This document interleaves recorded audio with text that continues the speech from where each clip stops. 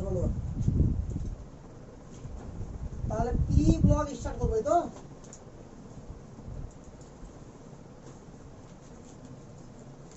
P block. তো P ব্লকে প্রথম স্টার্ট করবো আমরা ইনার্ট গ্যাস গ্রুপ 18, উল্টা দিক থেকে শুরু করবো। হ্যাঁ,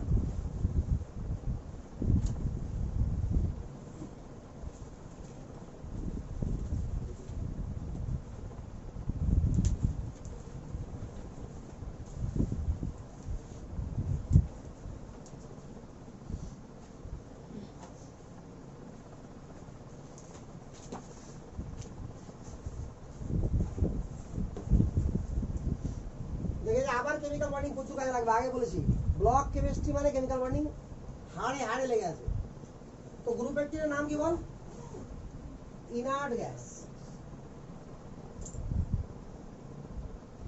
দেখ কারা কারা আছে এখানে,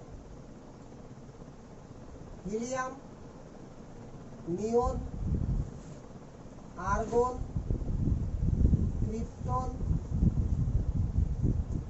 xenon and radon।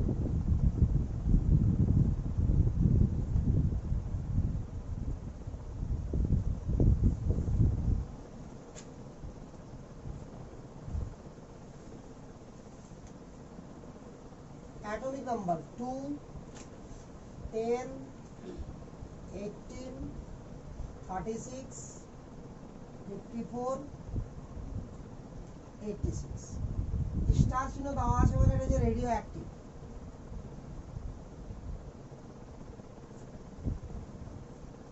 Radio active. প্রথমে আমরা জানি যে এটার নাম কি কি হয়। একটা তো ইনার্ট গ্যাস হয় নাম, তো নেম দেয় আগে। 1 নম্বর পয়েন্ট, নেম। কি কি নামে এটাকে মানে ডাকা হয় এক কথায়? Inert gas,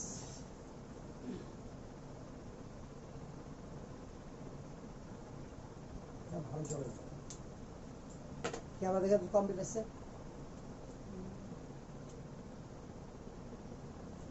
noble gas,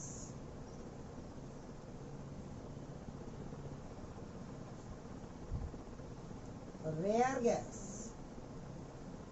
অ্যারোজেন।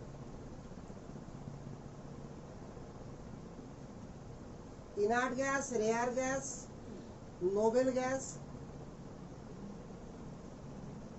অ্যারোজেন বা অ্যারোজেন্স বা অ্যারোজেন গ্যাস লিখে দেওয়া হয়েছে। Aerogen gas. তো চারটা নামে এদেরকে ডাকা হয়, ঠিক আছে, ইনার্ট গ্যাসগুলোকে। প্রথম কথা হচ্ছে এই নামগুলোর পিছনে কারণগুলো দেখ একবার, যে নামগুলো এরকম কেন দেওয়া হয়েছে। ইনার্ট গ্যাস এই নাম দেওয়া হয়েছে কারণ কি, এ রিয়াকশন করে না। আরে কথা বলতো, এ সহজে মানে এক কথাই রিয়াকশন করে না, যদিও রিয়াকশন করে ওটা পরের ব্যাপার, আস্তে আস্তে শিখে যাবো আমরা।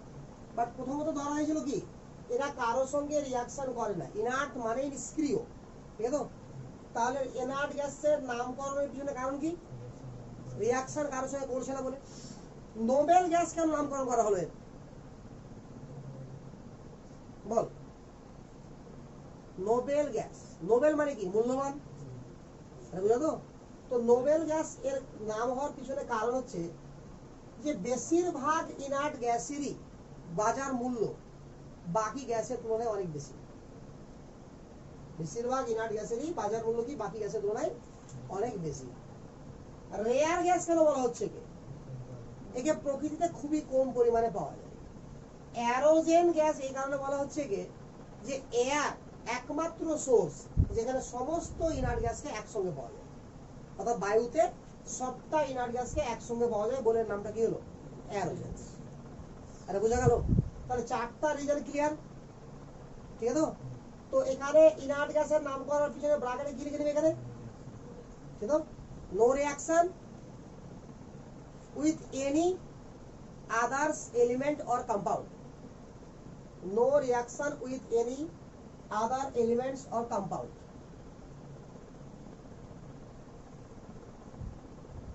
নোবেল গ্যাস কি লিখবে এখানে, it is valuable compared to other gases।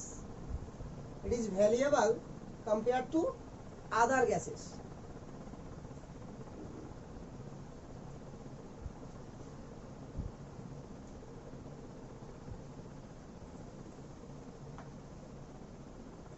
Rare gas এখানে লিখে নেন, it is present very rare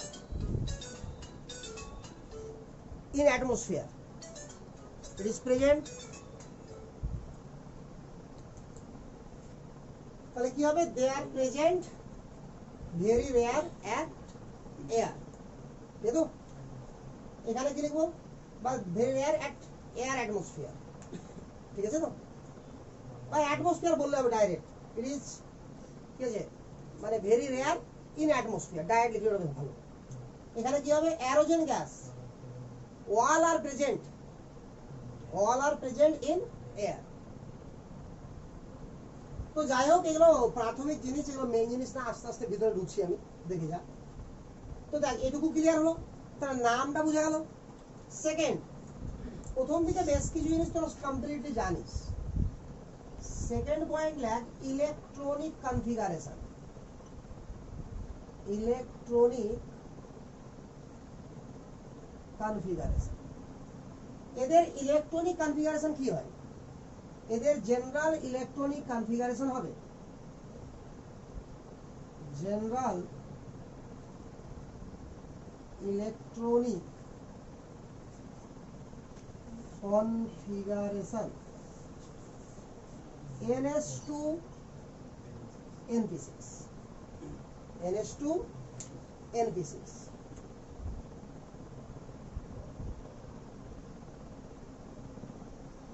clear? Exception কে আছে এখানে? এক্সেপশন হচ্ছে হিলিয়াম, এটা শুধুমাত্র 1s2। তাহলে হিলিয়ামকে ছেড়ে দিলে বাকি সবার ক্ষেত্রে কি আসবে বল, NH2 NP6। তাহলে n এর ভ্যালু কত থেকে শুরু হবে, 2 থেকে। 2 থেকে n এর ভ্যালু কত দূর হবে বল, আরে বল, আরে এটা 2, এটা 3, এটা 4, এটা 5, এটা 6, তাহলে n এর ভ্যালু কত হবে লাস্ট অবধি, 6 পর্যন্ত। ক্লিয়ার?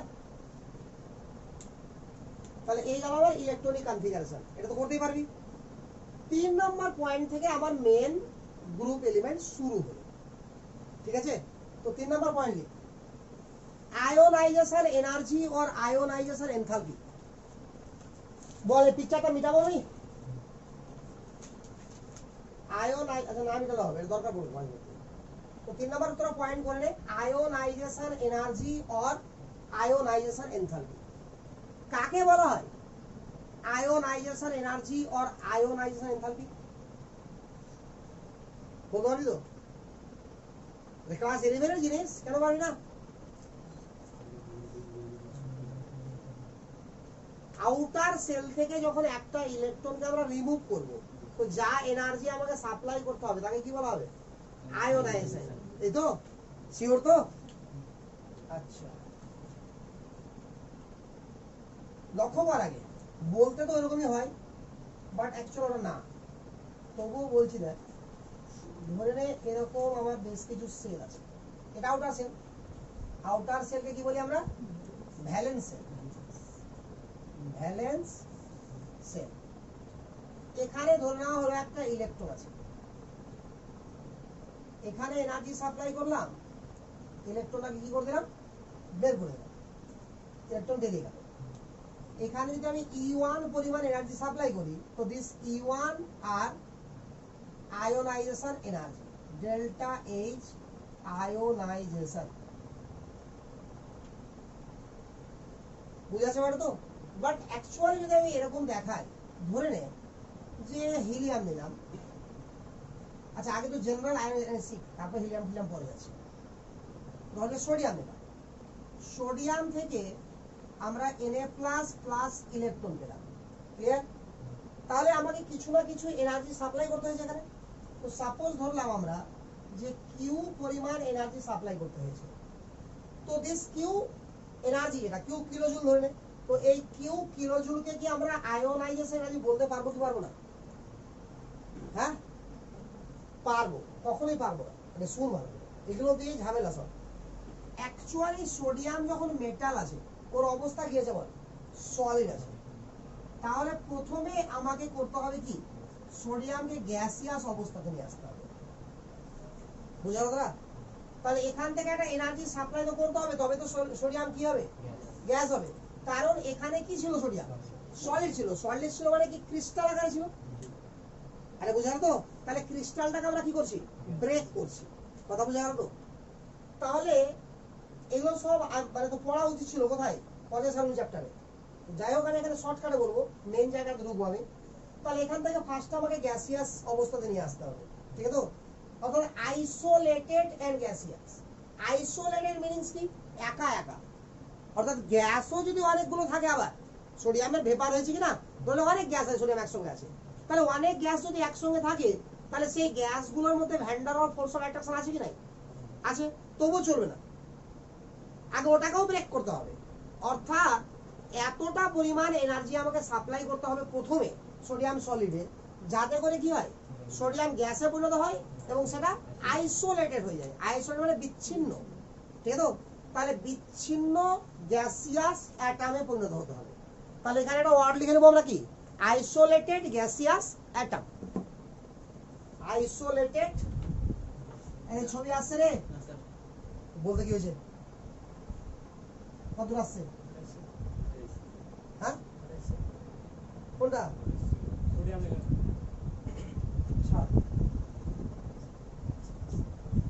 এটা হচ্ছে আইসোলেটেড গ্যাসিয়াস অ্যাটম, ঠিক আছে? এবার এই অবস্থাতে আমরা যে পরিমাণ এনার্জি সাপ্লাই করব, Q1 ধরে নিলাম, this is the ionisation energy. আরে বোঝা গেল ব্যাপারটা, না বোঝা গেল না? তাহলে আয়োনাইজেশন এনার্জির অ্যাকচুয়াল ডেফিনেশন কি হওয়া উচিত, আবার গ্যাসিয়াস এন্ড আইসোলেটেড। শুধু গ্যাসিয়াস বললে হবে না, গ্যাসিয়াস এবং আইসোলেটেড কোন অ্যাটম থেকে তার সর্বশেষ কক্ষ থেকে একটা ইলেকট্রনকে বের করতে যা পরিমাণ এনার্জি লাগে, তাকে কি বলা হবে, তার আয়োনাইজেশন এনার্জি। এখানে আবার সংজ্ঞাতে অনেক সময় দেখবি যে লেখা থাকে এক বা একাধিক, এটা ভুল কথা। এক বা একাধিক আলাদা জিনিস। কারণ ফার্স্ট ইলেকট্রন বেরোনোর পরে সেকেন্ড ইলেকট্রন যখন বের করবো আমরা, তার আয়োনাইজেশন এনার্জি এত বেড়ে যাবে যে সেটা ফার্স্ট ধারের কাছেও আসতে পারবে না। অর্থাৎ দেখা যাচ্ছে যে প্রথম ইলেকট্রন বের করতে যদি সাপোজ 500 কিলো জুল এনার্জি লাগে, তো সেকেন্ড ইলেকট্রন বের করতে হয়তো 3-4 হাজার কিলো জুল লাগবে। আবার থার্ড বের করতে তার থেকেও বেশি লাগবে। কেন এরকম হয়? হ্যাঁ, আরে ওটা তো সোডিয়ামের ক্ষেত্রে নষ্ট হবে। আমি ম্যাগনেসিয়াম নিব, তার কটা বেরোবে, দুটো বেরোবে কিনা? আমি অ্যালুমিনিয়াম নেবো, কটা বেরোবে, 3টা বেরোবে কিনা? তো আমি 3টাই বের করবো অ্যালুমিনিয়ামে। তাহলে আমি প্রথমটা যখন অ্যালুমিনিয়ামের বেরোলো, খুব ভালো করে ভাব, ঠিক আছে তো? তখন দেখা যাবে কি, আমার যে পরিমাণ এনার্জি লাগছে দ্বিতীয়টা যখন বেরোচ্ছে তার থেকে অনেক অনেক বেশি এনার্জি লাগছে। প্রোটন সংখ্যা বেড়ে যাচ্ছে, অর্থাৎ জেড ইফেক্টিভ বেড়ে যাচ্ছে। আবার তৃতীয়টা যখন বেরোবে তখন আবার খুব বেশি লাগবে না, কিছুটাই বেশি লাগবে। হ্যাঁ, স্থায়িত্ব তো পরের গল্প, কিন্তু বের তো করতে হলো আমাকে। আর জেড ইফেক্টিভ কতটাই আছে। আরে ক্লিয়ার না? এই কারণে কেমিক্যাল বন্ডিং এর ভিডিও দেখতে বলেছিলাম, ওখানে এগুলো লেখা আছে সব, যে ইলেকট্রন কোথা থেকে কটা বেরোবে।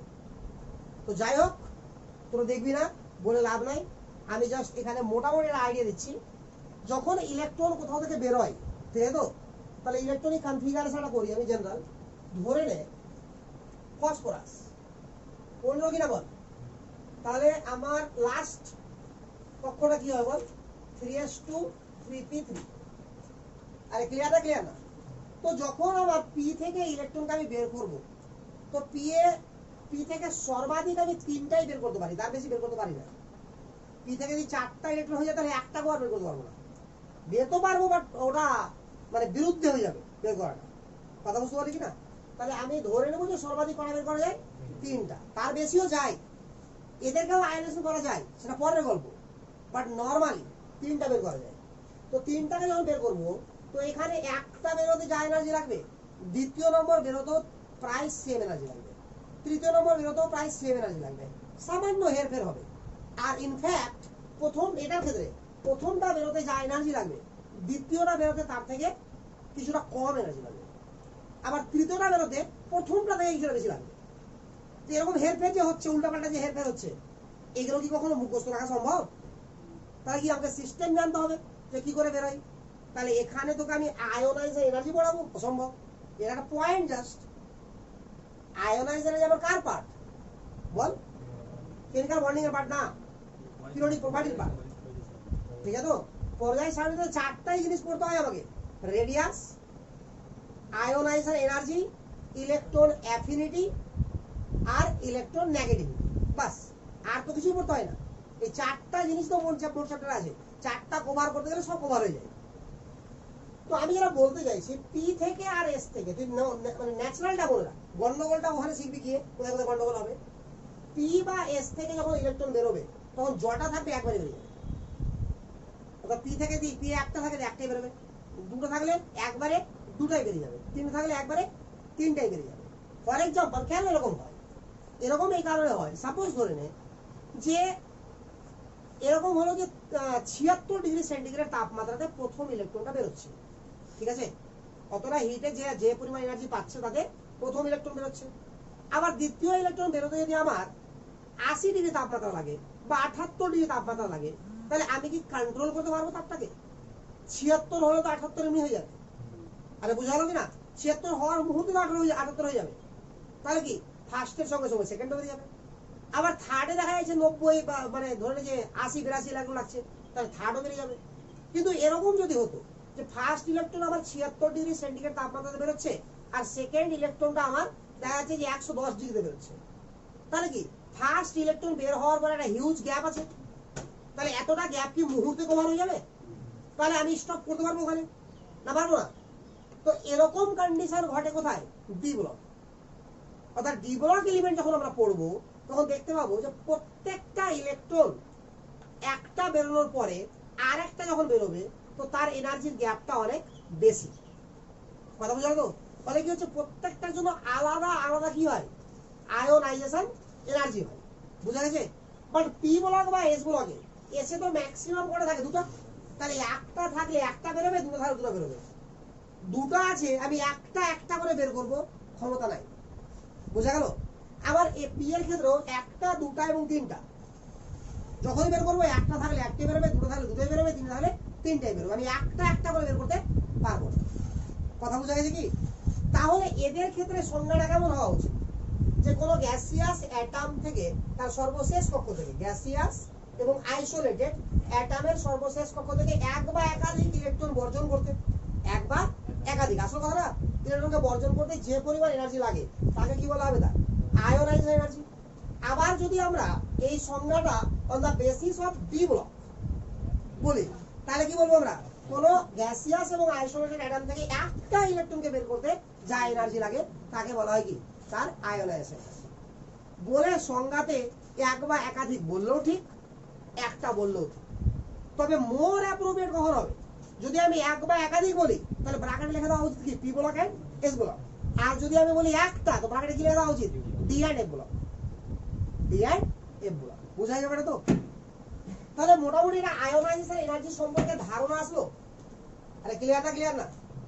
ঠিক আছে তো? পরে কখনো যদি আমি কাউকে পড়াই ওই তোর পর্যায় সারণী ভিডিও করে দিয়ে দেবো, দেখে নেবো, ঠিক আছে?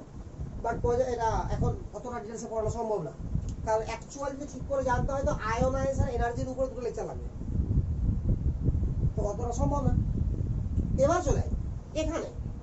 তো এবার এখানে আসার আগে এবার এই জায়গাটাকে আর একটু ভালো করে দেখ। এখানে ইলেকট্রনটাকে যে বের করছি আমরা, তো এনার্জি লাগছে কি লাগছে না? লাগছে। তো এই এনার্জিটা কেন লাগছে? কারণ এই নিউক্লিয়াসের সঙ্গে কি আছে? একটা ফোর্স অফ অ্যাট্রাকশন আছে, আর আছে তো। আর ইলেকট্রনের মধ্যে কি আছে বল? কার বল আছে? ইলেকট্রনের কি কাজ করছে বল? রিপালশন। ঠিক আছে তো?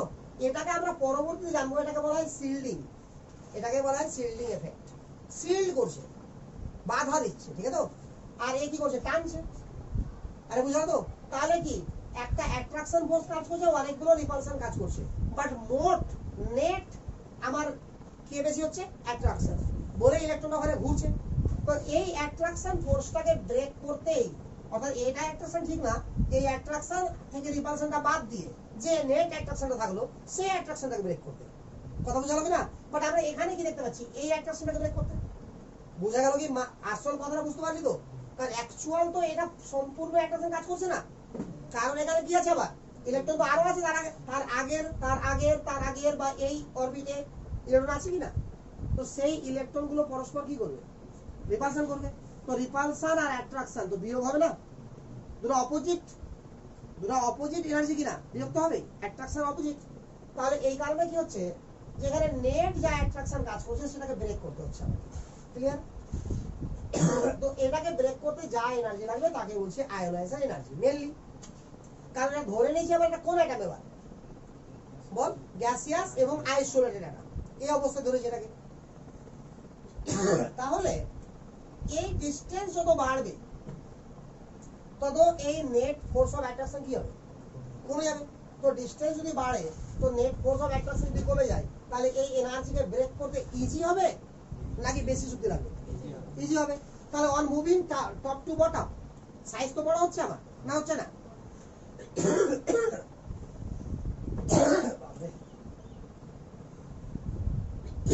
তো সাইজ যখন বড় হচ্ছে তাহলে কি হবে, আয়ন এনার্জি কি হবে, কমবে। ক্লিয়ার? এগুলো সব পিকচার আঁকা হয়ে গেছে, লিখে on moving top to bottom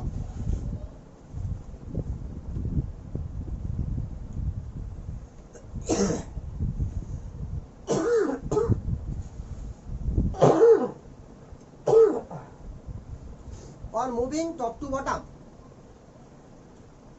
ionization energy decreases, ionization energy decreases.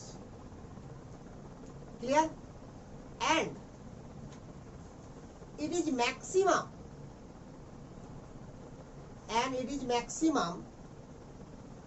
in respective period, and it is maximum in respective period. এর মানেটা কি শুনে দেখ। ধরে নে যে হিলিয়ামটা তো একটু ঝামেলারই কথা, হিলিয়াম কথাটা বাদ দে, বাকি সবাইকে ধর। নিয়ন যখন ধরছিস, আরে কলটা রিসিভ করলে তো, নিয়ন যখন ভাবছিস তুই, তাহলে কি আমার এই গ্রুপে 8টার পরে নিয়ন আছে কিনা, 7টার পরে? কোথা থেকে শুরু আছে বল? লিথিয়াম থেকে। Lithium, beryllium, boron, carbon, nitrogen, oxygen, fluorine, তারপর নিয়ন আছে। তাহলে এই যে পিরিয়ড বরাবর, এই পিরিয়ড বরাবর আবার এই নিয়নই কি হবে, আমার সর্বাধিক আয়োনাইজেশন এনার্জি হবে। কথা বোঝা তো? তো প্রত্যেকটা ইনার্ট গ্যাস তার নিজের পিরিয়ডের মধ্যে আয়োনাইজেশন এনার্জি কি হবে, সর্বাধিক হবে। তাহলে মানেটা বুঝতে পারলি? And it is maximum in respective period, ওই পিরিয়ডের বাকি এলিমেন্টের মধ্যে এটাই কি আমার সবথেকে বেশি। আরে বোঝা গেছে কথাটা না বোঝা যায়নি? ক্লিয়ার না? ক্লিয়ার না? তাহলে আয়োনাইজেশন এনার্জি এই ইনার্ট গ্যাসের উপরে কিভাবে সম্পর্কযুক্ত? ক্লিয়ার? টপ টু বটম যদি আসি তাহলে আয়োনাইজেশন এনার্জি কি হবে, কমবে। ক্লিয়ার না? ক্লিয়ার না? আর যে কোনো পিরিয়ডের রেসপেক্টে সর্বাধিক কার, ইনার্ট গ্যাসের। ক্লিয়ার? আচ্ছা, কোন পয়েন্ট যেটা 3 নাম্বার। 4 নম্বর পয়েন্ট কর, অ্যাটমিক রেডিয়াস।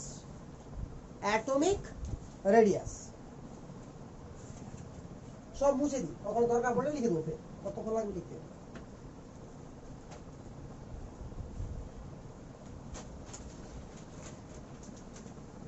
সাইডে লিখে লাগবে, বারবার কাজে লাগবে।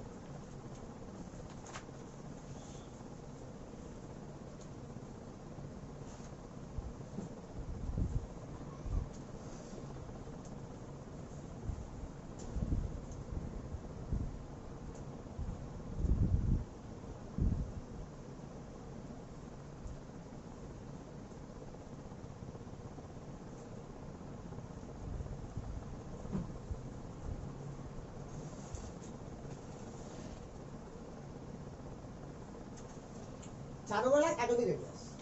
আচ্ছা ভাব, আমি পয়েন্টটা করে দিই, অ্যাটমিক রেডিয়াস এই জায়গাগুলো ভালো করে ভাব। ধরে নে একটা হিলিয়ামের অ্যাটম এরকম, এটা হিলিয়ামের অ্যাটম সাপোজ ধরে নে, নিউক্লিয়াস ওইটুকু, ঠিক আছে? তাহলে এটুকুকে কি বলবো আমরা বলতো, আর এটুকুকে কি বলবো? খুব ভালো করতে একা, পিকচারগুলো ক্লিয়ার দেখতে পাচ্ছিস তো? বাজে পাচ্ছিস না রে? এইটুকুকে বলা উচিত না আমার নিউক্লিয়ার রেডিয়াস।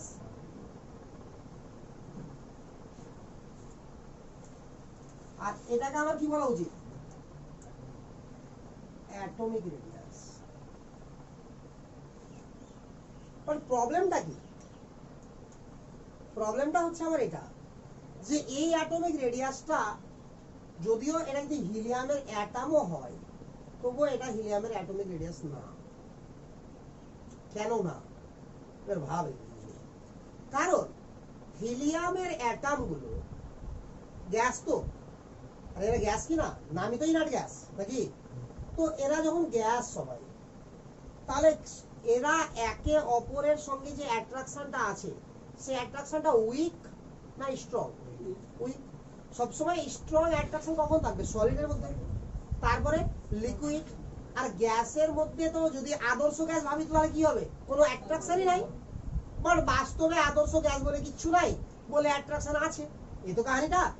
তাহলে অ্যাট্রাকশন যখন আছে তো এরা যদি আমার সলিড তৈরি হওয়ার সময় অ্যাটমগুলো একটা অ্যাটম আর একটা অ্যাটমের সঙ্গে টাচ হয়ে যায়, যে ক্রিস্টাল ফর্ম হয়।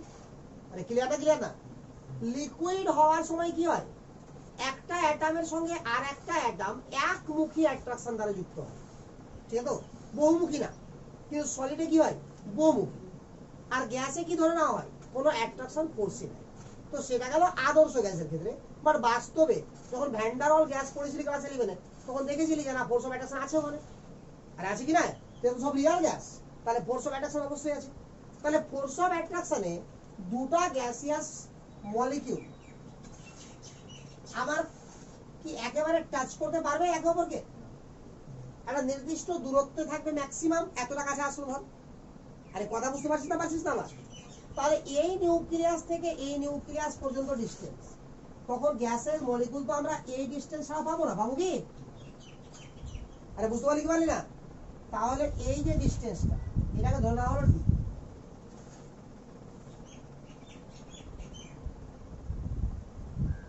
ডি ধরে নেওয়া।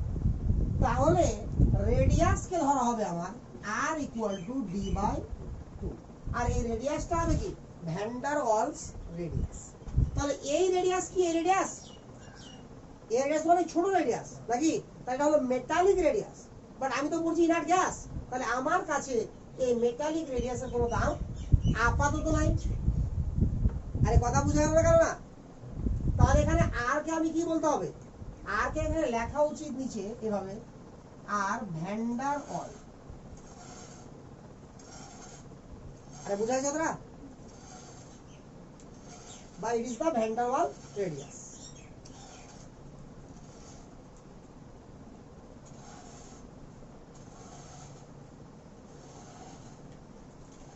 ক্লিয়ার? তাহলে যখন টপ টু বটম আসবো, আমরা টপ টু বটম যখন আসবো, তাহলে ভ্যান ডার ওয়াল রেডিয়াস বাড়বে না কমবে? বাড়বে। তাই বাড়বে কি না? কারণ অ্যাটম যদি কাছেও চলে আসে তবুও সাইজ তো বড় হচ্ছে না, তাহলে অ্যাটমের রেডিয়াস এমনিতেই বাড়বে। তো on moving top to bottom van der Waal atomic radius are increases. On moving top to bottom, Van der Waal atomic radius increases.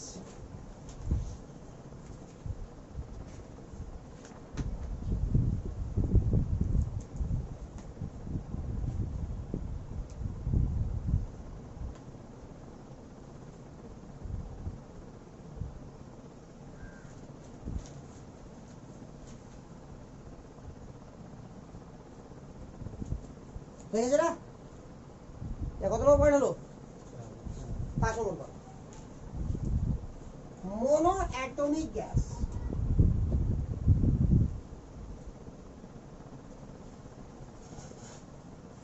ভালো করে দেখ যে আর যে সমস্ত গ্যাস আছে, হাইড্রোজেন কি আছে? Diatomic.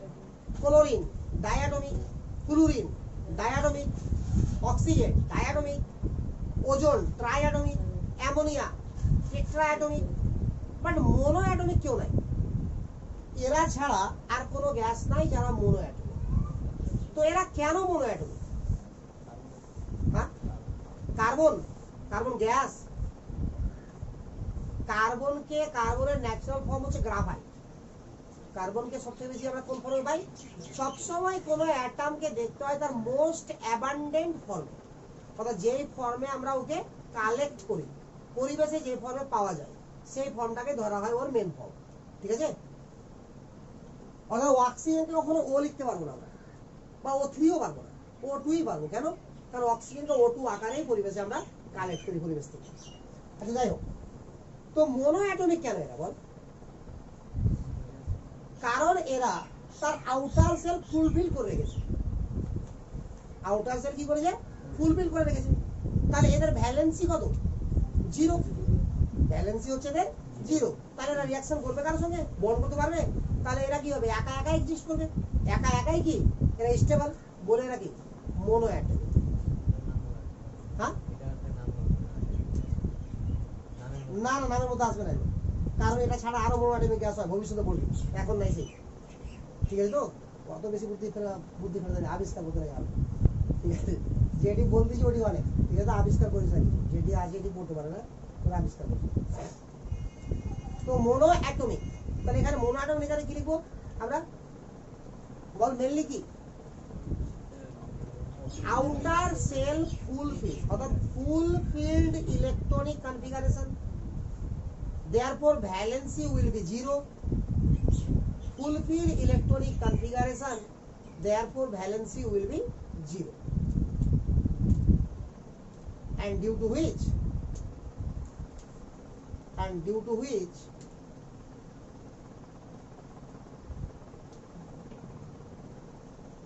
they are monoatomic, and due to which they are monoatomic. আরে বুঝা যায় মানে এটা? তাহলে 6 নম্বর পয়েন্ট কর, electron affinity or electron gain enthalpy.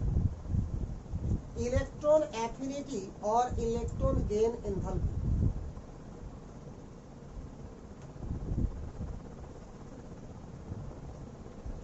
Electron affinity or electron gain enthalpy. দেখেছিস?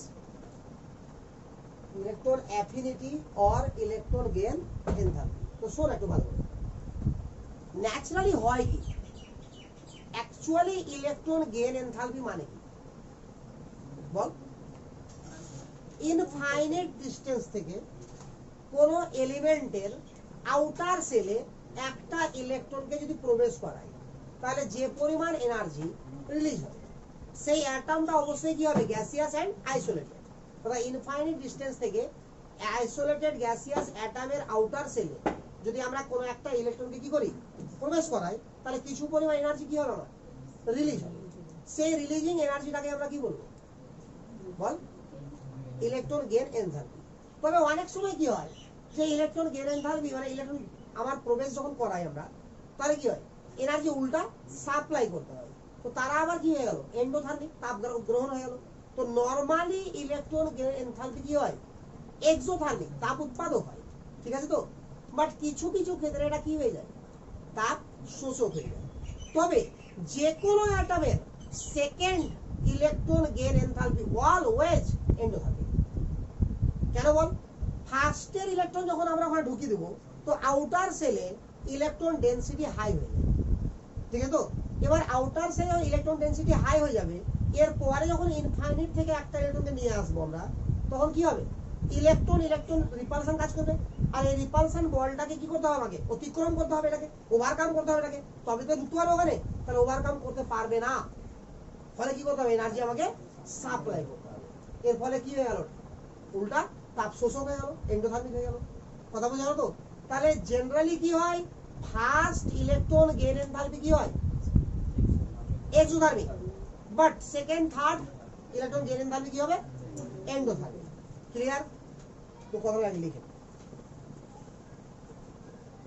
generally fast electron gain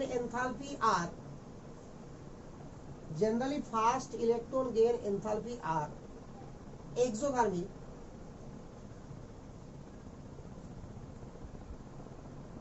but second or third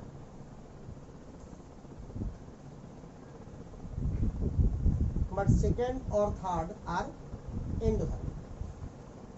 Generally first electron gain enthalpy are exothermic মানে তাপ উৎপাদক, but second or third are endothermic মানে তাপ শোষক। এটা কার ক্ষেত্রে? General অ্যাটমের ক্ষেত্রে। ব্র্যাকেটে লিখলে এক্সেপ্ট মানে inert gas, except inert gas. কিন্তু আমার পড়তে কি হবে? ইনার্ট গ্যাস মানে এক্সেপ্টটাই পড়তে হবে আমাকে। এটা সবার জন্য, ইনার্ট গ্যাস ছাড়া। ইনার্ট গ্যাসে কি হয় শোনো, ইনার্ট গ্যাসে আউটার সেলে ইলেকট্রন এমনিতেই ফুলফিল থাকে, আর থাকে কি না? তাহলে এখানে যখন ইনফাইনাইট, আচ্ছা তার আগে বলি যে ইনফাইনাইট ডিসটেন্সটা কতটা? একটা অ্যাটম আছে, ইনফাইনাইট ডিসটেন্স থেকে ইলেকট্রন নিয়ে আসবো, এর মানেটা কি? বাড়ি থেকে? ও বাইরে থেকে। হ্যাঁ কি বললি বল? আরে বল না, ইনফাইনাইট ডিসটেন্স মানে কি বুঝিস? অসীম দূরত্ব। আচ্ছা এগুলো কাহিনীগুলো ভালো করে ক্লিয়ার থাক। এখানে অসীম টসীমের ব্যাপার নাই, এখানে সব সসীম। চল, এটা একটা অ্যাটম আছে, এখানে আরো অনেক আউটার সেল আছে, এটা হলো আউটার সেল। কথা বলো তো? তাহলে এই ইলেকট্রনের প্রতি এই নিউক্লিয়াসের অ্যাট্রাকশন আছে কিনা বল? আছে, আছে তো? বলে তো মুভ করছে এখানে, না তো বেরিয়ে চলে যেত। তাহলে এর বাইরে ইলেকট্রন যদি আমরা এখানে একটা থাকি, ধরে নাও এটা রাখলাম ইলেকট্রনটা, তাহলে এর প্রতি অ্যাট্রাকশন থাকবে কিনা? থাকবে, বাট সেটা কি হবে? কম। তাহলে আস্তে আস্তে যে আরো দূরে নিয়ে যাই, তাহলে কি হবে? কমবে। তাহলে একটা নির্দিষ্ট দূরত্ব যাওয়ার পরে কি হবে? আর কোনো অ্যাট্রাকশন থাকবে না। থাকবে? ঠিক আছে তো? তাহলে যে দূরত্বের পরে attraction between electron and nucleus are zero, ঠিক আছে তো, সেই ডিসটেন্সের পরে সমস্ত ডিসটেন্সকে কি বলা হবে? Infinite distance. বুঝা গেল? তাহলে একটা অ্যাটমের জন্য ইনফাইনাইট ডিসটেন্স খুব বেশি হয় না, মিটারও যায় না, ঠিক আছে তো? 1 মিটারও যায় না, সেন্টিমিটার থেকে বেশি হয় কিছুটা। কথা বুঝতে পারছিস তো? মানে ইনফাইনাইট মানে ভাবিস না যে এখানে আর আমেরিকা থেকে আকর্ষণ করবে, ঠিক আছে কি? এরকম ব্যাপার নাই। তাহলে এখানে ইনফাইনাইট ডিসটেন্স বলতে কি? এমন ডিসটেন্স যেখান থেকে যেখানে ইলেকট্রন থাকলে নিউক্লিয়াসের প্রতি ওর কোনো অ্যাট্রাকশন থাকবে না, ওখান থেকে ইলেকট্রনটাকে নিয়ে আসতে হবে। কথা বোঝা গেছে? আচ্ছা এবার চল ইনার্ট গ্যাসের ক্ষেত্রে। তো ইনার্ট গ্যাসের ক্ষেত্রে আউটার সেলে অলওয়েজ করা ইলেকট্রন আছে 8টা, আর আছে কিনা রে? তো 8টা যখন আছে তো পি এ 6টা আছে, তো পি এ তো ম্যাক্সিমাম 6টা থাকে, তো 6টা তো ফুলফিল আছে। তাহলে আমরা কি করব? ইলেকট্রন যদি এখানে প্রবেশ করাতে হয়, তাহলে প্রবেশ করানো যাবে কি? যাবে না। তাহলে এরা কি প্রথম থেকেই এন্ডোথার্মিক? এরা কি ফার্স্ট থেকেই কি আমার এন্ডোথার্মিক? কথা বোঝা গেল? অর্থাৎ যদি আমি যে কোনো ইনার্ট গ্যাস নিয়ে প্লাস ইলেকট্রন মানে প্রবেশ করাচ্ছি, তাহলে কি হবে বল? ইনার্ট গ্যাস, তারপর মাইনাস হয়ে যাবে। আরে হবে কি হবে না? তাহলে এখানে delta H equal to minus কি, delta H equal to minus কি, অর্থাৎ রিঅ্যাকশনটা কি হবে বল? সরি প্লাস কি, ডেল্টা প্লাস, তাহলে এন্ডোথার্মিক হবে। তাহলে রিঅ্যাকশনটা কি হবে বল? এন্ডোথার্মিক। মানেটা বোঝা গেল গেল না? কারণ আউটার সেলে ইলেকট্রন ডেনসিটি এমনিতেই হাই আছে, তাহলে প্রথম থেকে ইলেকট্রন এখানে ঢুকানো যাবে না। ঢোকাতে গেলে কি করতে হবে বল? ইলেকট্রন ইলেকট্রন রিপালশনটাকে ওভারকাম করতে হবে, আর তার জন্য এনার্জি আমাকে সাপ্লাই করতে হবে, আর যেখানে এনার্জি সাপ্লাই করতে হবে কি বলা হবে? এন্ডোথার্মিক। আরে বল রে, ক্লিয়ার না? ক্লিয়ার না? ক্লিয়ার তো? আচ্ছা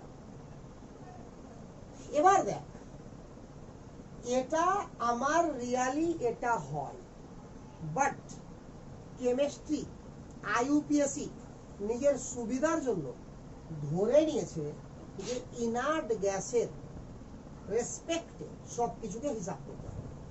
অর্থাৎ অ্যাটম গুলো ভেবে নিয়েছিল ইনার্ট গ্যাসকে ভগবান, ওই জন্য সবাই কি কার মতো হতে চাই? ভগবানের মতো হতে চাই। আরে কথা বুঝা তো? সবাই ভগবানের মতো হতে চাইছে, ওই জন্য সবাই কি করতে চাইছে? ইনার্ট গ্যাসের মতো ইলেকট্রনিক কনফিগারেশন পাওয়ার জন্য কেউ বর্জন করছে, কেউ গ্রহণ করছে, এভাবে বিভিন্ন মলিকুল ফরমেশন হচ্ছে।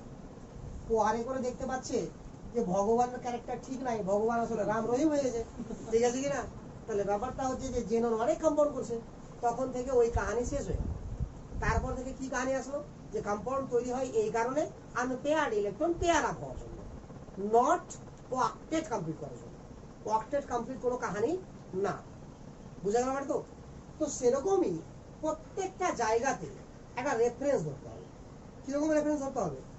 যে এরকম ভাবে যদি ভাবা যায় তাহলে ইলেকট্রন আমার প্রত্যেক জায়গাতেই ইলেকট্রনকে প্রবেশ করাতে গেলে আমার কিছু না কিছু এনার্জি দিতেই হবে, প্রত্যেক জায়গাতে। তবে তাহলে এক্সোথার্মিক কি করে হচ্ছে? তাহলে এক্সোথার্মিক কি করে হচ্ছে? সাপোজ ধর আমি যদি অক্সিজেনও ইলেকট্রন ঢুকাই একটা, ও একটাও ইলেকট্রন ঢুকাই কিনা, তবুও আমার কি হবে? ইলেকট্রন ইলেকট্রন রিপালশন তো মিনিমাম একটা কাজ করবে না, করবে না? তাহলে প্রত্যেক ক্ষেত্রে আমাকে এনার্জি সাপ্লাই দিতে হবে কি হবে না? তাহলে every electron affinity are endothermic. But আমি লিখালাম কি ফার্স্টটা আমার কি এক্সোথার্মিক, সেকেন্ড গুলো কি আমার এন্ডোথার্মিক। এর মানে হচ্ছে এটা যে ওই যে ইলেকট্রনটাকে প্রবেশ করাতে একটা এনার্জি তো আমাকে সাপ্লাই করতেই হচ্ছে, তো ওটাকে আমরা ধরছি কখনো কখনো নেগলেক্ট করে দিচ্ছি, আর কখনো কখনো কি ধরছি আমরা? যে আমরা এনার্জি সাপ্লাই করছি। তো কখন ধরবো যে নেগলেক্ট করছি, আর কখন ধরবো যে সাপ্লাই করছি? এই যে ইনার্ট, এই যে ভগবানের দল, ঠিক আছে কিনা, দেবদেবীর দল যেটা আছে, তো এই যে ইনার্ট আছে কিনা, তো এদের ক্ষেত্রে ইলেকট্রন যখন ঢুকাবো তো যা এনার্জি লাগবে একটা ঢুকাতে, এদের এনার্জিকে ধরে নেওয়া হলো রেফারেন্স, অর্থাৎ এর ionization energy, sorry electron gain এনথালপিকে ধরে নেওয়া হলো জিরো। কি ধরে নেওয়া হলো? আইইউপিএসি তরফ থেকে zero.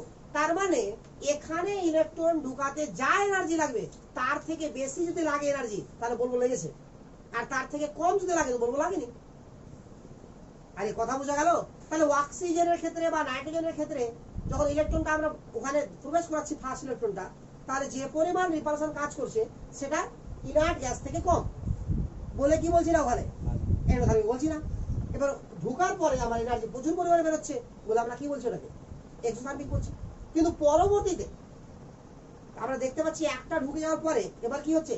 Electron electron electron density কি অনেক হাই হয়ে যাচ্ছে, তাহলে ইলেকট্রন ইলেকট্রন রিপালশনটা ইনার্ট গ্যাসকে অতিক্রম করে যাচ্ছে। অর্থাৎ ইনার্ট গ্যাসে যখন একটা ইলেকট্রন প্রবেশ করাবো তো যতটা রিপালশন হচ্ছে তার থেকেও বেশি রিপালশন হচ্ছে, তখন আমরা কি বলবো? এবার এনার্জি সাপ্লাই করতে হচ্ছে, তাহলে ওখানে কি হচ্ছে? বুঝালো তো? কারো না কারো রেফারেন্স না হলে হিসাব করে যাবে কি? এই কারণে রেফারেন্স কাকে ধরা হয়েছে? ক্লিয়ার তো? তাহলে এবার নিচে line then.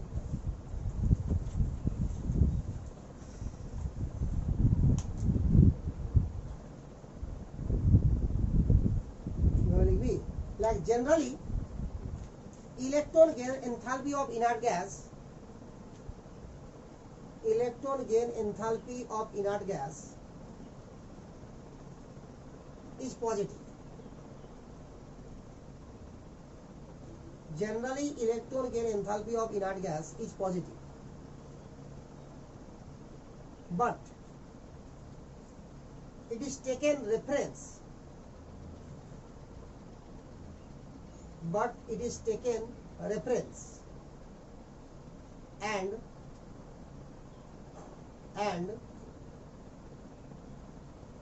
value will be 0, and value will be 0 ব্র্যাকেটে লিখে গেলে বাই আইইউপিএসি, ব্র্যাকেটে লিখে গেলে বাই আইইউপিএসি।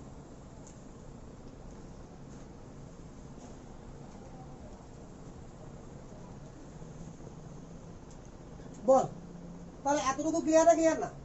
এবার তারপরেও আইইউপিএসি বলে রেখে জিরো, বাট আমরা দেখতে পাচ্ছি পজিটিভ হবে। তারপরেও যদি কোশ্চেনটা টপ টু বটম ভাবা হয় তাহলে কি হবে? ইলেকট্রনকে প্রবেশ করানো ইজিলি হবে নাকি আমার আরো বেশি এনার্জি লাগবে? ইজি হবে। কেন বল? সাইজ বড় হবে আর বাইরে নাম্বার অফ ইলেকট্রন তো সেম, তাহলে ডেনসিটি কি হচ্ছে ইলেকট্রনের? কমে যাচ্ছে, ফলে ইলেকট্রন একটু রিপালশন কি হবে? কমে যাবে। ঠিক তো? তো লিখে নেন in case of top to bottom প্যারাজিন তো লিখে নেন এভাবে লেখ, on moving top to bottom, on moving top to bottom, electron gain enthalpy decreases.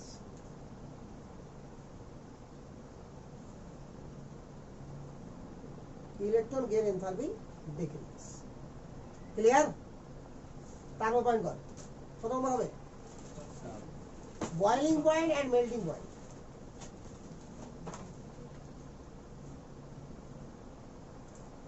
Boiling point and melting point.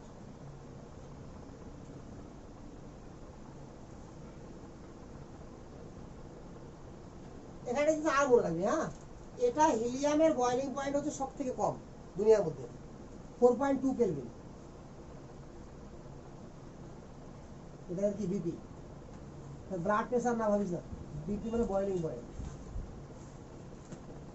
ঠিক আছে তো? 4.2 কেলভিন ভাবতে পারছিস কি? এটা ভাবতে তো পারা যাবে, কিন্তু হিসাব কি করা যাবে? 4.2 কেলভিন মানে সেন্টিগ্রেডে কি করতে হলে কি করতে হবে? -273 বাদ দিতে হবে, তাহলে ওই রকম তাপমাত্রা পৃথিবীতে কোথাও তো নাই, এটা গ্যারান্টি আছে, ঠিক আছে কি না? বাকি ওরা কি করে হিসাব করেছিল ওরাই জানে, যন্ত্র দিয়ে করেছিল অবশ্যই। তো দেখ এবার যে এদের ক্ষেত্রে কি হয়, তাহলে বুঝতেই পারছিস 4.2 দেখে তো আইডিয়া হয়ে গেছে যে এদের বয়লিং পয়েন্ট মেল্টিং পয়েন্ট কি হবে, খুবই লো। কেমন জানো তো লিখে রাখবে, inert gas has low boiling point and melting point, low boiling point and melting point because of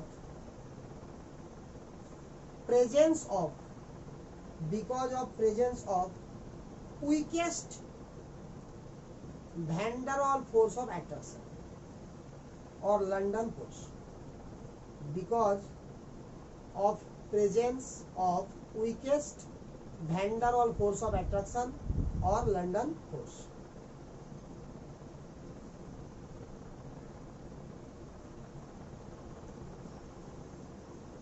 আরে হয়েছে না, বুঝিস ব্যাপারটা বুঝতে পারলি না রে? তারপরে পয়েন্ট কর, solubility in water, ওয়াটারে কি করে সলিবল হয়? না হয় না, ইনার্ট গ্যাসগুলো জলে দ্রবীভূত হবে কি হবে না রে? জানিস না, ভালো জিনিস, সব থেকে হয়ে যায়। কি করে হবে যায়?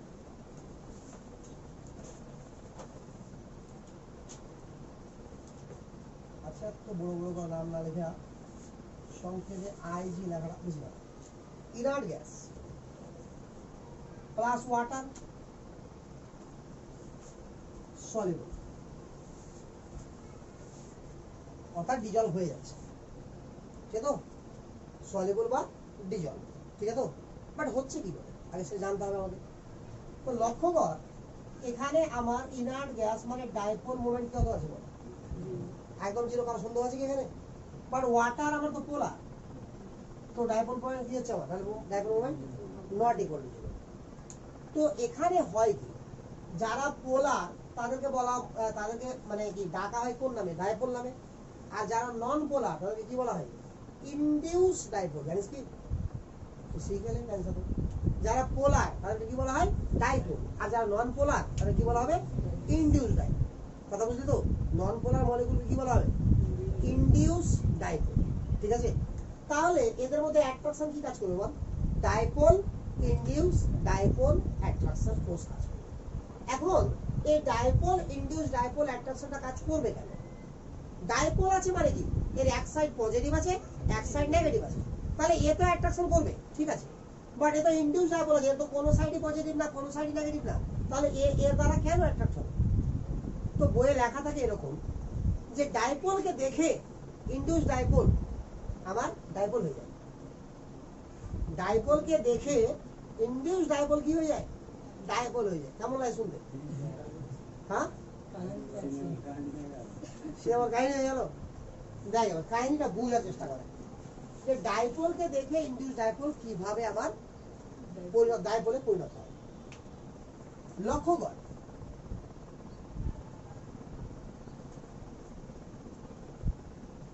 যখন ইলেকট্রন নিউক্লিয়াস থেকে সেম ডিস্টেন্সে থাকবে সবগুলো, কথা বলতো সেম ডিস্টেন্স এবং অপোজিট, একটা আরেকটাকে প্রশমিত করে দিবে, এরকম জায়গাতে থাকবে, তখন তাকে কি বলা হয়? ইনডিউস ডাইপোল বা নন পোলার। এখানে বলা হবে মিউ ইকুয়াল টু 0, এটার নাম কি? Induce dipole. ক্লিয়ার? এবার এখানে একটা ডাইপোল আছে,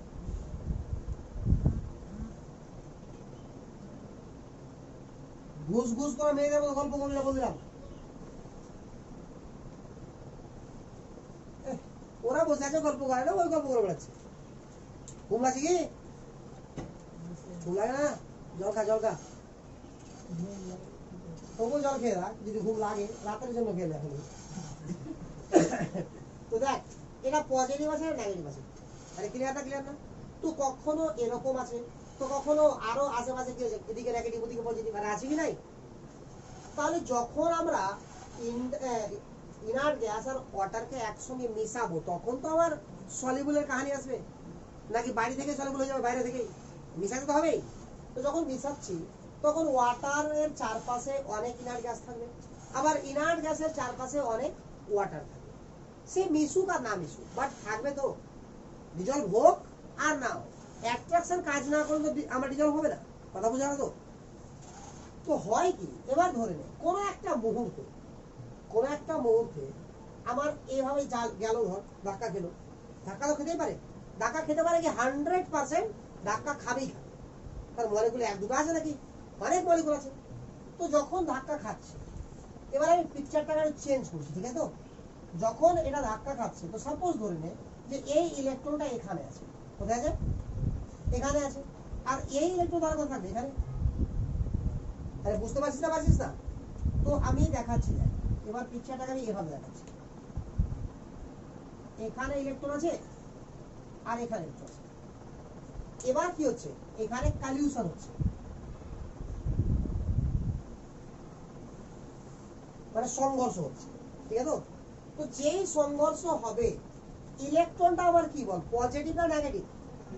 আর এখানে চার্জটা কি আছে বল, পজিটিভ আছে। তাহলে এই ইলেকট্রনের প্রতি এর একটা অ্যাট্রাকশন হবে কিনা? আর হবে কি হবে না? সে দুর্বল হোক আর সবল হোক, অ্যাট্রাকশন আছে। তো যখন এই ইলেকট্রনটার প্রতি এর অ্যাট্রাকশন হবে, তাহলে এই ইলেকট্রনটা যে একটা স্পিডে মুভ করছিল, কি করছিল না বল? ভালো করে ভাব দিয়ে ভিতরে জিনিসকে, হ্যাঁ? তাহলে ভাব যে এরা কতটা ভিতরে ভাব ছিল, মানে কত পাগল ছিল এগুলো ভেবেছে। তাহলে ভাব এবার যে এভাবে যখন এখানে অ্যাট্রাক্ট, মানে সংঘর্ষ হচ্ছে, কলিউশন যখন হচ্ছে, তো মুহূর্তের জন্য, যখন কলিউশন হলো মুহূর্তের জন্য কি হচ্ছে, আমার এই ইলেকট্রনের প্রতি এর একটা অ্যাট্রাকশন চালু হচ্ছে, কাজ করছে কিনা? ফলে এই ইলেকট্রনকে এভাবে মুভ করছিল, তাহলে এর স্পিড এদিকে মুভ করার কমবে কি কমবে না? কিছুটা হলেও কমবে। বাট এর উপরে কোনো প্রভাব হয়েছে কি? প্রভাব হয়নি। তাহলে এ যে সময়ে এখানে আসতো সে সময় আসতে পারবে কি? বাট ওই সময়ের মধ্যে এ দেখে চলে যাবে। তো দেখা যাবে যে এ যে সময় এখানে আসলো সে এই সময় এখানে আসছে, আর এত দূর আসার কথা, বাট এখানে এসছে মাত্র। তাহলে ইলেকট্রন দুটো কিছুক্ষণের জন্য কি হয়ে গেল, কাছাকাছি হয়ে গেল। তাহলে এই সাইডটা কি হয়ে গেল, নেগেটিভ, এই সাইডটা কি হয়ে গেল, পজিটিভ। তাহলে পোলার হলো, ডাইপোল হলো তো। আরে বুঝা গেল তো? তো এটাকে বলা হয় যে পোলারকে দেখে নন পোলার ডাইপোল হয়ে যায়। আরে বুঝা গেল না? না বুঝা গেল রে? তাহলে এখানে যে ফোর্স অফ অ্যাট্রাকশনটা কাজ করবে, সেটা কোন ফোর্স অফ অ্যাট্রাকশন কাজ করবে? Dipole induce dipole force of attraction. আর এইভাবে অ্যাট্রাকশন যখন জমে গেল, তখন কি হয়ে গেল, সলিবল হয়ে গেল। কথা বুঝা তো? তাহলে ফোর্স অফ অ্যাট্রাকশন যত ইজি হবে তত কি হবে বল, বল সলিবিলিটি কি হবে, বাড়বে। এবার লক্ষ্য কর, এখন এই ইলেকট্রনের প্রতি নিউক্লিয়াসের অ্যাট্রাকশন আছে কিনা? তো যখন এর অ্যাট্রাকশন যত বেশি থাকবে, এই ইলেকট্রনকে বিগড়ানোর চান্স এর দ্বারা কি হবে, কম হবে। আর যত এই ইলেকট্রনের প্রতি এর অ্যাট্রাকশন কমবে, এ খুব সহজেই কি করবে, ওকে নিজের দিকে টেনে নেবে। টানবে কিনা রে? তাহলে নিজের দিকে যদি টানতে শুরু করে, তাহলে এই অ্যাটমটার চেহারা চেঞ্জ হয়ে এরকম হয়ে যাবে না?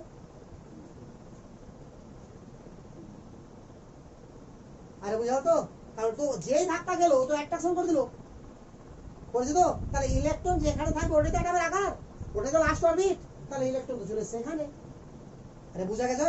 তাহলে চেহারা চেঞ্জ হয়ে যাবে। ওই জন্য ডাইপোলকে এভাবে দেখাতে হবে। এই যে দেখ, ডাইপোল তো শুরু করেছে, বুঝতে পারবি কিনা? তো ডাইপোলকে এই কারণে গোল না দেখে এরকম ভাবে দেখাতে হবে। কারণটা বুঝা গেল? তো অ্যাটমের সাইজ যত বড় হবে, তো নিউক্লিয়াসের প্রতি আউটার সেলের ইলেকট্রনের অ্যাট্রাকশন কি হবে, কমবে। তাহলে বিগড়ানোর চান্স কি হবে, বাড়বে। তাহলে খুব সহজেই কিসে পরিণত হবে বলো, ডাইপোলে পরিণত হবে। তাহলে খুব সহজেই কি হয়ে যাবে, সলিবল। তাহলে সলিবিলিটি উপর থেকে নিচে আসলে কি হবে, বাড়বে। ক্লিয়ার না? ক্লিয়ার না? ক্লিয়ার তো? তাহলে প্রথমে লেখ, inert gas are soluble in water inert gas are soluble in water due to dipole induced dipole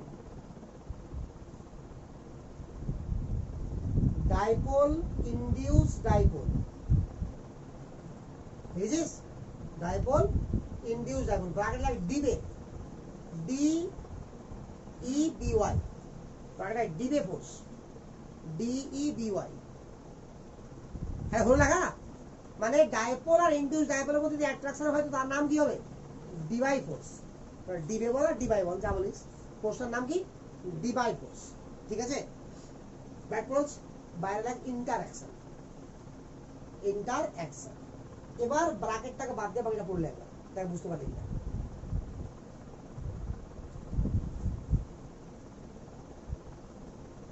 তাহলে বুঝতে পারছিস কি তাহলে কেন আমার এরা লিকুইড হচ্ছে, সরি ওয়াটারে আমার কি হচ্ছে? মিশছে। আর যখন আমরা on moving top to bottom solubility increases, ঠিক আছে, on moving top to bottom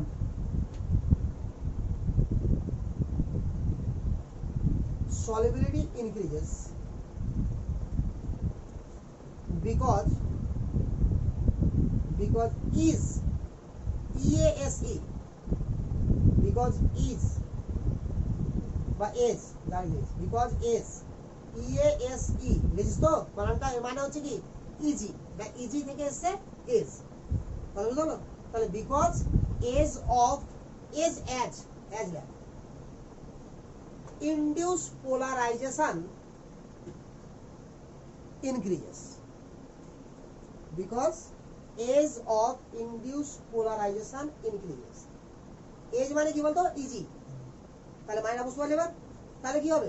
top to bottom যখন আসবো আমরা তাহলে ইজি হয়ে যাবে কি হওয়া? পোলারাইজেশন হওয়া। এই কারণে কি হবে? সলিবিলিটিও ইনক্রিজ করছে। বুঝা গেছে? ক্লিয়ার কথা? ক্লিয়ার না? ক্লিয়ার না? তো সলিবিলিটি দিয়ে কোশ্চেন পড়েছিল নিটে, ঠিক আছে তো 2016-তে দেখবে খুবই ইজি ভাবে কোশ্চেন পড়েছিল ওখানে। এই কোশ্চেনটাই পড়েছিল ইনার্ট গ্যাসের, যে কিনা 16 না দেখা কোনো একটা সালে পড়েছিল, ঠিক আছে তো সম্ভবত 16, দেখতে হবে কোশ্চেনটা, ভুলে গেছি, বাট পড়েছিল। কোশ্চেনটা কি হয়েছিল এখানে? যে ওয়াটার মানে ইনার্ট গ্যাসগুলো ওয়াটারে সলিবল বিকজ অফ রিজন, কতগুলো রিজন দিয়েছিল। তো রিজনটা কি? ইনডিউস ডাইপোল, ডাইপোল আর ইনডিউস ডাইপোল ইন্টারঅ্যাকশন বা ডিবে ফোর্স, যার জন্য কি হচ্ছে? এরা সলিবল হচ্ছে। তো আরো অনেকগুলো ফোর্সের নাম ছিল, তো অ্যান্সার কোনটা হবে বুঝতে পেরেছি এবার? 8 নম্বর পয়েন্ট হবে এবার, 9 নম্বর পর এজ অফ লিকুইফিকেশন, EASE, আবার এজ অফ লিকুইফিকেশন।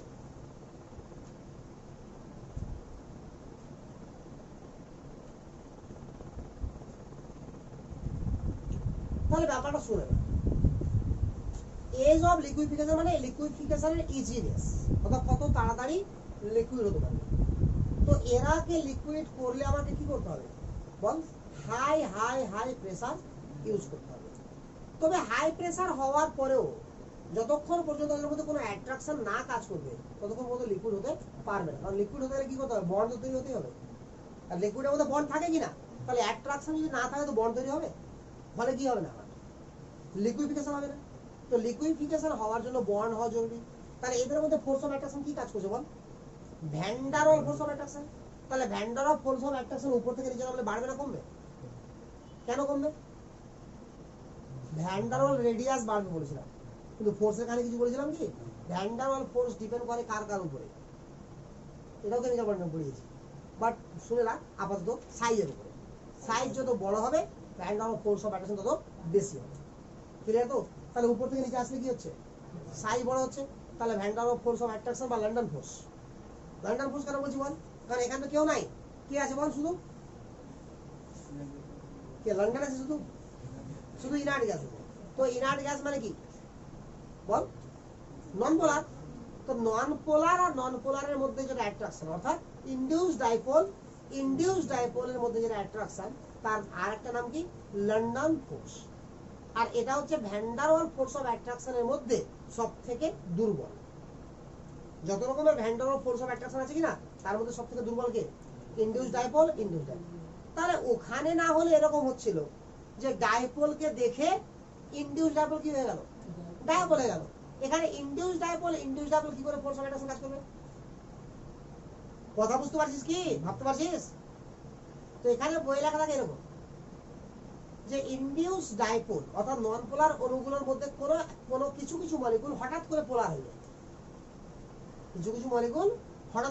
হয়ে যায়, আর ওই পোলার মলিকুলকে দেখে বাকি মলিকুলগুলো পোলার হয়ে যায়। এবার এর ফলে এদের মধ্যে একটা অ্যাট্রাকশন জন্মায় যাকে বলা হয় লন্ডন ফোর্স। না কথা ভুল বলেনি, বাট জিনিসটা কিভাবে হয় এটা দেখবি তবে তো। দেখ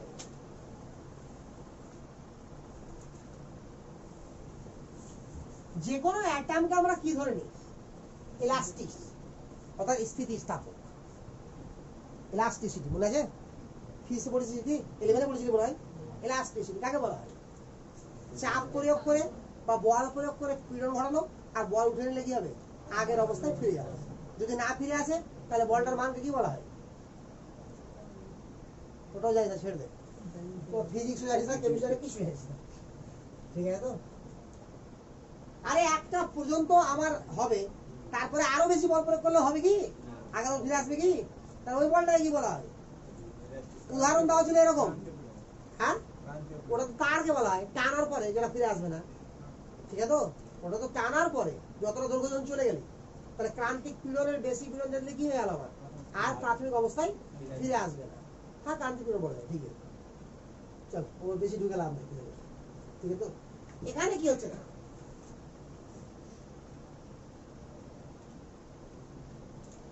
সব ইনডিউসড ডাইপোল।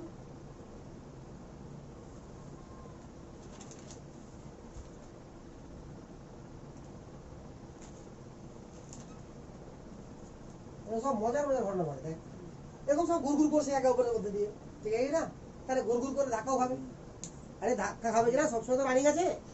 তো যখন আমার ধাক্কা খেলো, তো যে সাইড দিয়ে ধাক্কা খাবে কম বেশি ধাক্কা তো লেগে আছে নাকি? সবার স্পিড একই আছে? সবার স্পিড একই থাকবে গ্যাসের কি? বিভিন্ন মলিকুলের বিভিন্ন স্পিড থাকে। ওখান থেকে আমরা কি বের করেছিলাম? RMS velocity. তো যাই হোক, ওখানে যাচ্ছি না, বাট ডিফারেন্ট তো স্পিড আছে কিনা? এবার ধর বিভিন্ন দিক থেকে ডিফারেন্ট ভাবে কি হচ্ছে? কালেকশন হচ্ছে। তাহলে হঠাৎ করে কোনো একটা অ্যাটমের প্রতি যদি আমার দেখা যায় যে কোনো এক সাইড থেকে কালেকশনের মাত্রাটা, অ্যাট্রাকশনের মাত্রাটা, মানে সংঘর্ষের মাত্রাটা অনেক বেশি হয়ে যায়, যদি হঠাৎ করে অনেক বেশি হয়ে যায়, তাহলে কি হবে? এই যে অ্যাট্রাকশনটা, কালিউশনটা, ঠিক আছে তো? তাহলে কি যে হাইলি কালিউট, মানে এখানে স্পিডটা কি অনেক বেশি, হাই স্পিড মলিকিউল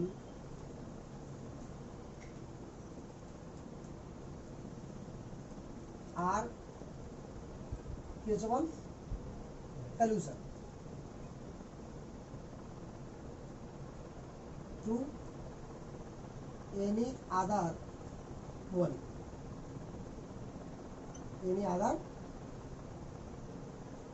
molecule,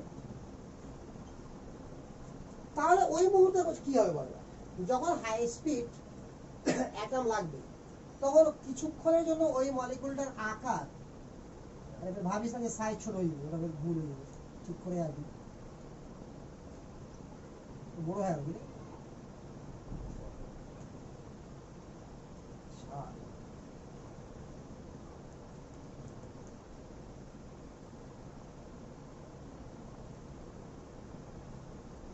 হবে এরকম, আর ধাক্কা লাগলে কিছুক্ষণ এরকম হবে কি হবে না?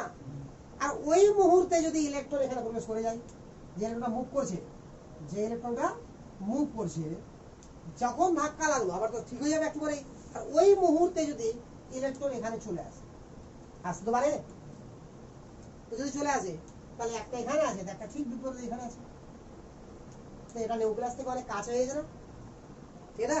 তাহলে কি এটা এখান থেকে যতক্ষণে এখানে আসবে ততক্ষণ এখানে চলে যাবে, আর আসবে না?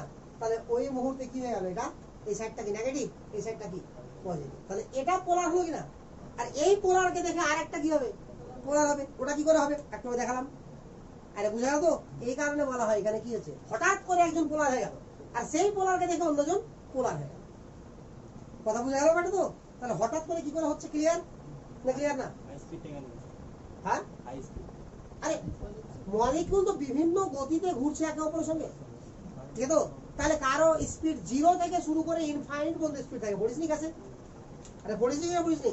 তাহলে যখন ওই হাই স্পিডের মলিকিউল যখন আমাকে ধাক্কা খাবে তখনই এরকম ঘটনা ঘটবে, আর না হলে ঘটনা ঘটবে না। আরে বুঝা গেল তো? তাহলে এটা আবার কনভার্ট হয়ে গেল কিসে বল, এখানে delta positive accent attraction negative.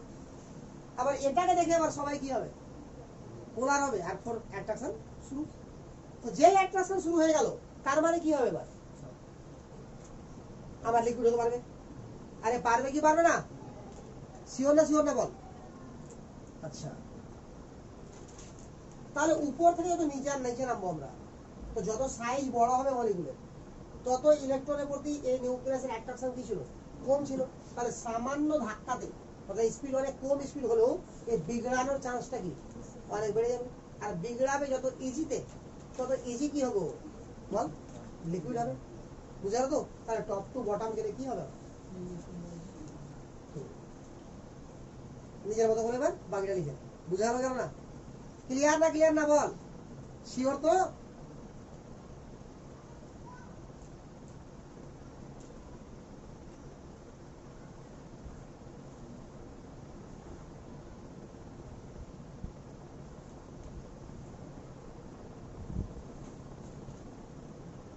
দেখেছে? আরে যা তোরা আসলে ইংরেজি পারবি না, ছাড়বিও না, ঠিক আছে কিনা? যেমন ভাবে পারিস একবারে খাঁটি গ্রামের ভাষা লিখে দে, যেটা তুই বুঝতে পারবি। হ্যাঁ ঠিক আছে। আচ্ছা না পারিস তো বলবি, আমাকে লিখে দেবো। লেখা গেছে সবার? তাহলে কত এটা লিকুইফিকেশন, তাহলে ইজি কখন হবে?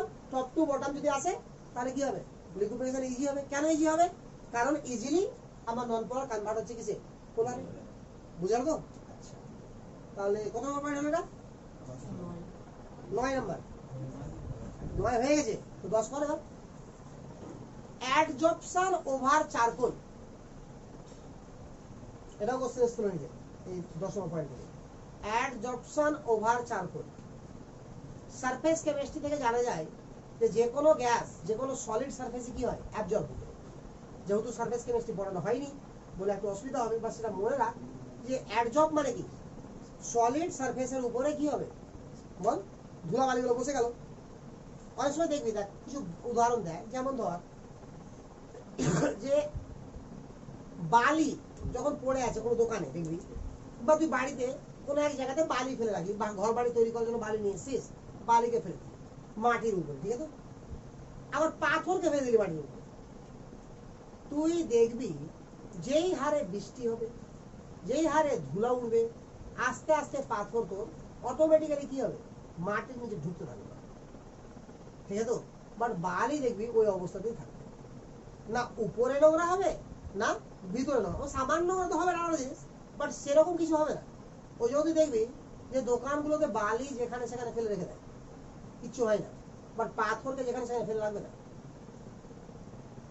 দোকানে ফেলে রেখে দেয়, কারণ ওটা যতটা ঢুকে গেছে অনেক, ঠিক আছে? তো দেখা যাবে যে এক এক লরি ঢুকে আছে ভিতরে যেখানে ফেলছে। তুই বাড়িতে রেখে দেখবি, যখন যে কোনো জায়গাতে দেখবি যার বাড়িতে হয়তো কাজ টাজ করলো, 1 মাস ধরে পাথরটা পড়ে আছে, এবার 1 মাস পর্যন্ত তুলবে তো দেখবি যে মাটির নিচে অনেকটা ঢুকে গেছে। কোনটা পাথরকে 1 ফুট নিচেও পাওয়া যাবে 1 মাসের মধ্যেই। কেন? অ্যাবজর্পশন, হাইলি অ্যাবজর্পশন, অ্যাট্রাক্ট করছে। তাহলে পাথরের সারফেসে আমার ধুলাবালির অ্যাবজর্পশন খুবই হাই। তো পাথর ধুলাবালিকে টানছে, তবে ধুলাবালি কি করছে, পাথরকে টানছে। হ্যাঁ, এটা আমরা জানি যে পাথরের সারফেসেই গিয়ে জমা হবে ধুলাবালিগুলো, তো কোনটা ওটা যার মধ্যে অ্যাট্রাকশন ছিল না। কিন্তু এখানে মাটির নিচে যেটা আছে, তো মাটির মধ্যে তো ওখানে অ্যাট্রাকশন হাই আছে, কারণ কি ওখানে জলীয় বাষ্প আছে, জল আছে, তো জল আছে মানে কি ওখানে অনেক হাই অ্যাট্রাকশন আছে। কারণ এখানে যেটা অ্যাট্রাকশন কাজ করছে সেটা কি, van der Waals force of attraction, আর জলের মধ্যে যেটা কাজ করছে সেটা কি করছে, হাইড্রোজেন বন্ডিং। তো hydrogen bonding van der Waals force of attraction থেকে কি অনেক হাই, বলে কি হচ্ছে মাটি জিতে যাচ্ছে ওখান থেকে। ফলে উল্টা কি করছে, ও টেনে নিচ্ছে। বুঝা তো? তাহলে অ্যাডজর্পশনের মিনিংসটা হচ্ছে এটা, যে কোনো কঠিন সারফেসে, সলিড সারফেসের উপরে কোনো গ্যাস অ্যাবজর্ব হয়ে যাওয়ার নামই কি বল, অ্যাবজর্পশন। ঠিক আছে তো, অ্যাবজর্পশন। ক্লিয়ার? তো এটাকে ডিটেলসে পড়ে নিবি কিছুদিনের মধ্যেই, যখন সারফেস কেমিস্ট্রি পড়বি তখন কত রকমের অ্যাডজর্পশন হয়, অ্যাবজর্বেন্ট কাকে বলা হয়, অ্যাডজর্বার কাকে বলা হয়, তো এগুলো সব আস্তে আস্তে শিখে যাবে। ঠিক আছে তো? তো যার উপরে আমার অ্যাডজর্ব হচ্ছে সেটা অ্যাডজর্বার, আর যে অ্যাডজর্ব হচ্ছে তাকে কি বলা হবে, অ্যাডজর্বেন্ট। আরে বুঝলাম তো? তো এই হচ্ছে অধিশোষক আর অধিশোষিত পদার্থ। তাহলে অধিশোষক কে, পাথরটা, সলিডটা, আর অধিশোষিত পদার্থ কে, ধুলাবালি বা গ্যাস। আরে বুঝলো তো? তাহলে এরকম হিলিয়াম গ্যাসগুলোও কি হয়, খুব বেশি পরিমাণে কোথায় হয়, অ্যাবজর্ব হয়, চারকোলে, কয়লাতে। কথা বুঝলো তো? হিলিয়াম ছাড়া, মানে হিলিয়াম কোনো মতেই অ্যাবজর্ব হয় না, বাকি সমস্ত গ্যাসই কি হয়, কয়লাতে অ্যাবজর্ব হয়। এবার কি হবে, ওখান থেকে আবার হিট দিব, তাহলে কি হবে, গ্যাসগুলো বেরিয়ে যাবে। তবে কি হয়, যে এই যে প্রত্যেকটা গ্যাস আছে না, ডিফারেন্ট ডিফারেন্ট তাপমাত্রাতে আমার, মানে ডিফারেন্ট ডিফারেন্ট তাপমাত্রাতে অ্যাবজর্ব হবে, তাহলে ডিফারেন্ট ডিফারেন্ট তাপমাত্রাতে কি হবে, বেরোবে। তাহলে আমি কি করলাম, চারকোল ফেস রেখে দিলাম, চারকোলের গুড়ি ছিটে দিলাম কোথায়, একটা পাত্রের মধ্যে, সিলিন্ডারের মধ্যে, যেখানে কে আছে বল, ইনার্ট গ্যাস। তাহলে সমস্ত ইনার্ট গ্যাস কি হবে, চারকোল দ্বারা অধিশোষিত হয়ে যাবে। বুঝলো তো? এবার ধরে নে, এটা ভ্যালু তোর জানা থাকবে, এখন জানা নাই, এবার সাপ্লাই থাকবে। ধরে নে যে 20 ডিগ্রি সেন্টিগ্রেড উষ্ণতাতে আমার নিয়ন আর অ্যাবজর্ব হতে পারবে না 20 ডিগ্রির উপরে। তো যখন আমি 20 উপরে হিট দিব, তো কে বেরোবে, নিয়নগুলো বেরিয়ে গেল, বাকি থেকে গেল। ধরে নেই যে 50 ডিগ্রিতে আর্গন আমার আর থাকতে পারবে না, তাহলে হিট যখন 20 আছে তখন কি নিয়ন পর্যন্ত সবাই আছে অ্যাবজর্ব হয়ে, হিলিয়াম তো পারবেই না। তারপরে হিট আস্তে আস্তে বাড়াবো, তাহলে আস্তে আস্তে কি হবে, একটা একটা করে আমার ইনার্ট গ্যাস কি হবে, বেরোবে। তাহলে এর ফলে আমরা কি করতে পারবো, সবটা ইনার্ট গ্যাসে সেপারেটও করতে পারবো। আরে পারবো কি না, ক্লিয়ার না, ক্লিয়ার না? তাহলে লিখে নে ভাষাতে, like except helium, rest of the inert gas, except helium, rest of the inert gas adsorbed on charcoal, adsorbed on charcoal,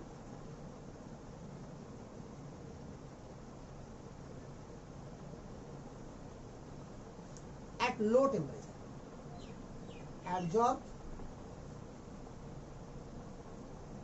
on charcoal at low temperature. ঠিক আছে, প্যারা চেঞ্জ করি। This method are used,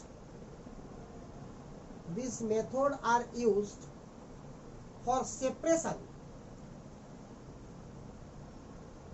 these methods are used for separation of inert gas for their mixture, from their mixture, inert gas from their mixture. because of different inert gas adsorbed on charcoal, because of different inert gas adsorbed on charcoal in different temperature.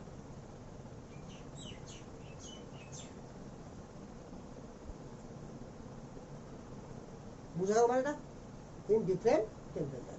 এই মেথডের নাম হচ্ছে ডাওয়ার্স method, DEWAR, bracket লিখে, ব্র্যাকেটে সেখানে শেষ করলে ওখানে ব্র্যাকেট লিখে, ডাওয়ার্স মেথড, DEWER মেথড, WAR। আরে হয়েছে, তার পয়েন্ট কর, কেজ লাইক কম্পাউন্ড বা ক্লথ রেট লিখে, cloth rate, CLATHRATE, cloth rate of noble gas, cloth rate of noble gas।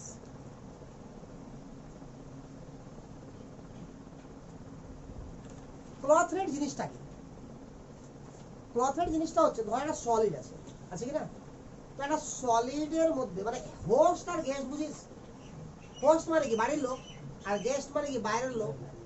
এ এখন ভাবতে একটু অবাক লাগবে, কারণ এখন বর্তমানে কি হচ্ছে, বাড়ির লোকই কম থাকে, গেস্টই বেশি আসছে। বাট নর্মালি কি হয়, বাড়ির লোকের সংখ্যা অনেক বেশি, গেস্ট হতে এক দুটো আসলো মাঝখানে ঘুরতে, হ্যাঁ बताइए।